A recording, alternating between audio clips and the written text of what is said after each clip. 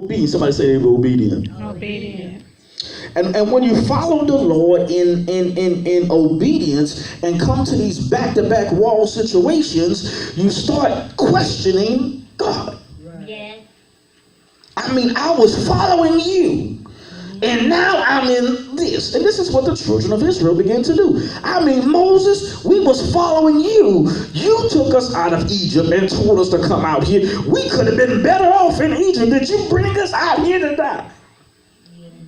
Because now I'm at the Red Sea.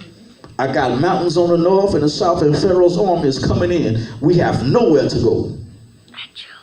But I come today to tell you that when you are obedient to God, when you are following God, and you find yourself in these situations, if you're following God, you can also count on God to deliver you out of them. Amen. When you are following God, you can count on God to deliver you out of. I get to the place where sometimes I tell God, you brought me here. And I know you're going to keep, you see what's going on. I'm following you. Yeah. And why would God lead us somewhere and then leave us somewhere? Oh, help me today.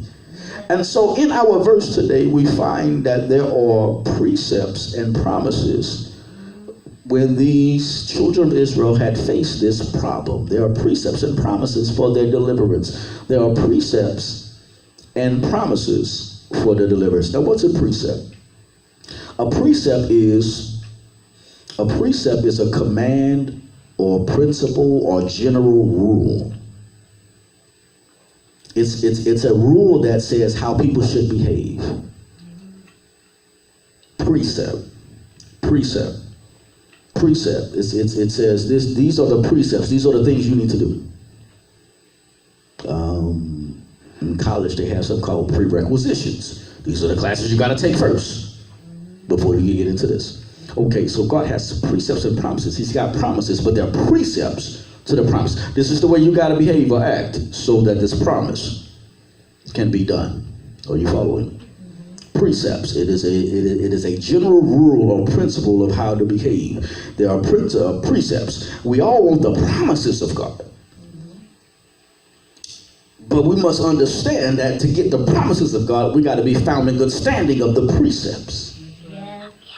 Do you follow me? Everybody wants the promises of God, but everybody don't want to follow the precepts. And when you find somebody that is living a blessed life, you can't question them or nothing. You don't know what precepts or prerequisitions they had gone through to get to the promise that they had.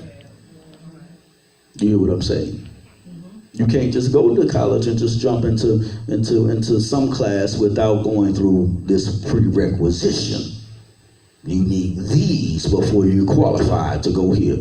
Are you following me? So there are blessings of God and promises of God that come to those in good standing of the precepts to receive those blessings. In Matthew, there are a bunch of them where we call them the Beatitudes, I believe. In Matthew, there are a bunch of them. One of them is in verse 5. 5 and 5, it says, "Blessed are the meek, for they shall inherit the earth." So the promise is they'll inherit the earth. But the precept is they got to be meek. Blessed are the meek, for they shall inherit the earth. I'm promising them the earth for those that qualify by following the precept. The precept for this is that they be meek. There's always a precept before the promise. If you go through that scripture, it goes on and on. Blessed are the poor. Blessed are these, for they shall that. Blessed is this precept, for they shall get this promise, this blessing. And so there are precepts for the promises. And so Israel, the Israelites, found themselves before a problem. Right? The mountains in the north and the south. The Red Sea is at the east. And Pharaoh's army is coming in on the west. We got nowhere to go. They got a problem. And they got this problem by following God here in the first place, by following Moses.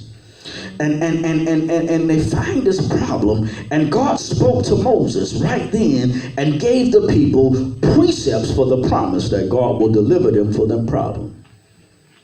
God spoke immediately to Moses, and he gave them precepts for the promise that God would provide a solution to their problem. Right then and there, God spoke. They're running from the Pharaoh's army. They're running, and they got to the water. Big old sea, nowhere to go.